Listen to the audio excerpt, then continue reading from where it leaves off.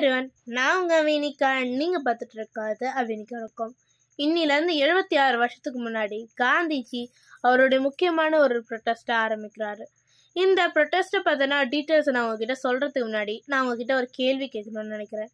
இந்த கேள்வி என்னென்னா, காந்திஜியோட விஷயம் உண்மையாயிடுச்சா அப்படின்றது தான் என்னோட கேள்வி. இந்த கேள்வி கன்ஃபார்மாக உங்கள் மனசில் ஒரு தாக்கத்தை உருவாக்கணும்.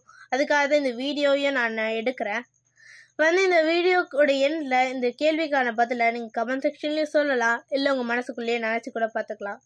Let's get into the video. நான் உங்கள் அவினிகா, நீங்கள் பார்த்துட்டு இருக்கிறது அவினிகா இருக்கும்.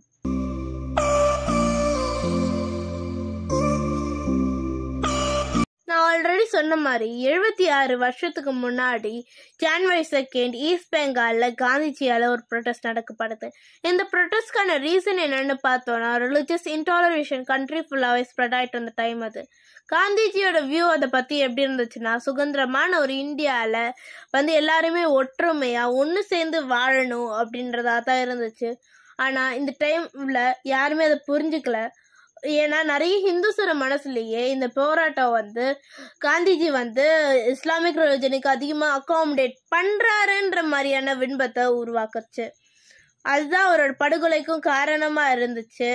ஏன் காந்திஜி நிறைய வருஷமாக இண்டிபெண்டன்ஸ்க்கான கேம்பெயினிங் நடத்திட்டு இருந்தாருன்றது நம்ம எல்லாருக்குமே தெரியும். அது அவரோட கனவு நினைவாகிற டைம் அது. ஆகஸ்ட் 15, 1947 அப்போ மிட்-நைட் நமக்கான இண்டிபெண்டன்ஸ்க்கான அந்த பில் சைன் ஆச்சு. காந்தியடிகளுடைய அந்த கனவு நினைவார அதே நாளன்னைக்கு அவரோட ப்ரொட்டஸ்டும் படுதோல்வி அடைஞ்சது. ஏன்னா பிரிட்டிஷ் எப்படி பிரிச்சிருந்தாங்கன்னா, இந்த சைடில் ஈஸ்ட் பாகிஸ்தான், அதுக்கப்புறம் சென்ட்ரலில் இந்தியா, அந்த சைடில் வெஸ்ட் பாகிஸ்தான், நவடேஸ் பங்களாதேஷாவும் இருந்துச்சு. இந்த மாதிரி தான் அவங்க பிரிச்சிருந்தாங்க. காந்திஜி அவரோட இறந்ததுக்கு அப்புறமும் சரி, அவர் இருக்கும் போதும் சரி அவருடைய அகிம்சா, அந்த நான் வயலன்ஸ் அந்த கோட்பாடு நிறைய பேர் இன்ஸ்பயர் பண்ணுச்சு. எக்ஸாம்பிளுக்கு மார்ட்டின் லூதர் கிங் ஜூனியர், அது மட்டும் இல்லாமல் நெல்சன் மண்டேலா, இவங்க எல்லாரையுமே சொல்லலாம். என்ன கூட பர்சனலாக அது ரொம்ப இன்ஸ்பயர் பண்ணியிருக்கு.